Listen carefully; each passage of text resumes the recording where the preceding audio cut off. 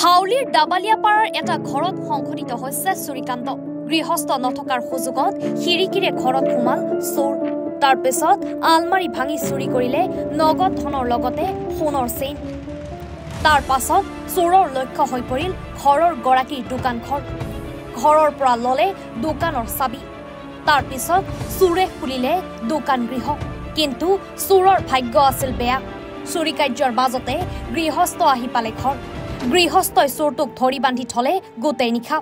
পিছত আৰক্ষী উপস্থিত হৈ আটক কৰে চোৰটোক। যোৱাকালি আমি ঘৰৰ পৰা গৈছিলো, আহি কিনি দেখো ঘৰটো দোকানটো ভাঙা। তাৰপিছত ঘৰত আহিছো, ঘৰত আহি দেখি খিৰিকীটো খোলা, খিৰিকী দি চোৰ সোমাই সব বস্তু লুটপাট কৰি লৈ গৈছে। চুকেজ চুকেজ ভাঙি মালা আছিল এটা আৰু টকা আছিল, যিটো হিচাপ নাই 50,000 মান হ'ব, সেইটো লৈ গৈছে। তাৰপিছত ঘৰৰ পৰা চাবি লৈ কিনি দোকানটো খুলছে। খুলি তাৰ পৰা পইচা যিখিনি আছিল সেইটো চব এই কৰি লৈ গৈছে। আপোনালোকে ঘৰত নাই, সি কেনেকৈ গম পালে? সেইটো আৰু আমি ক'ব নোৱাৰো।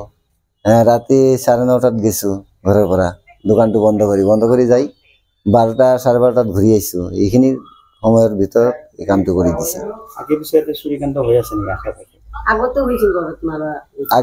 আগে পাছে চুৰিকাণ্ড মানে মাজে মাজে হৈ আছে জাগাত, কিন্তু আমাৰ ইয়াতে প্ৰথম হলা।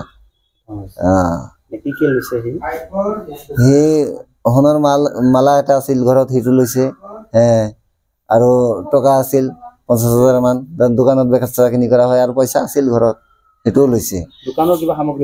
দোকানৰ সামগ্ৰী, তাৰ পৰা পইচা আছিল, সেই পইচা লৈছে। আৰু বেলেগ বস্তু আমি তাৰমানে সেনেকে চোৱা নাই, বহুত বস্তু নাই কি লৈছে।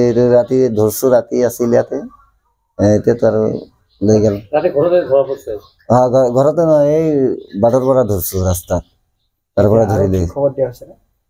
আৰু কি খবৰ দিয়া হৈছে, তাহন আহিছে আৰু কি আহিছে। এইটো ন্যায় বিচাৰ লাগে আমাৰ, আমিতো সবখিনি কৈ দিলো। আমাৰ যিখিনি বস্তু হেৰাইছে সেইখিনি আমি পাবা লাগে, ন্যায় বিচাৰ লাগে। আৰু চোৰৰ কৰিব লাগে, তদন্ত কৰি ওলাব লাগিব যিখিনি হৈছে। আৰু হাউলিৰ পৰা কৌশিক দাসৰ ৰিপৰ্ট, এনি ভাৰত 24।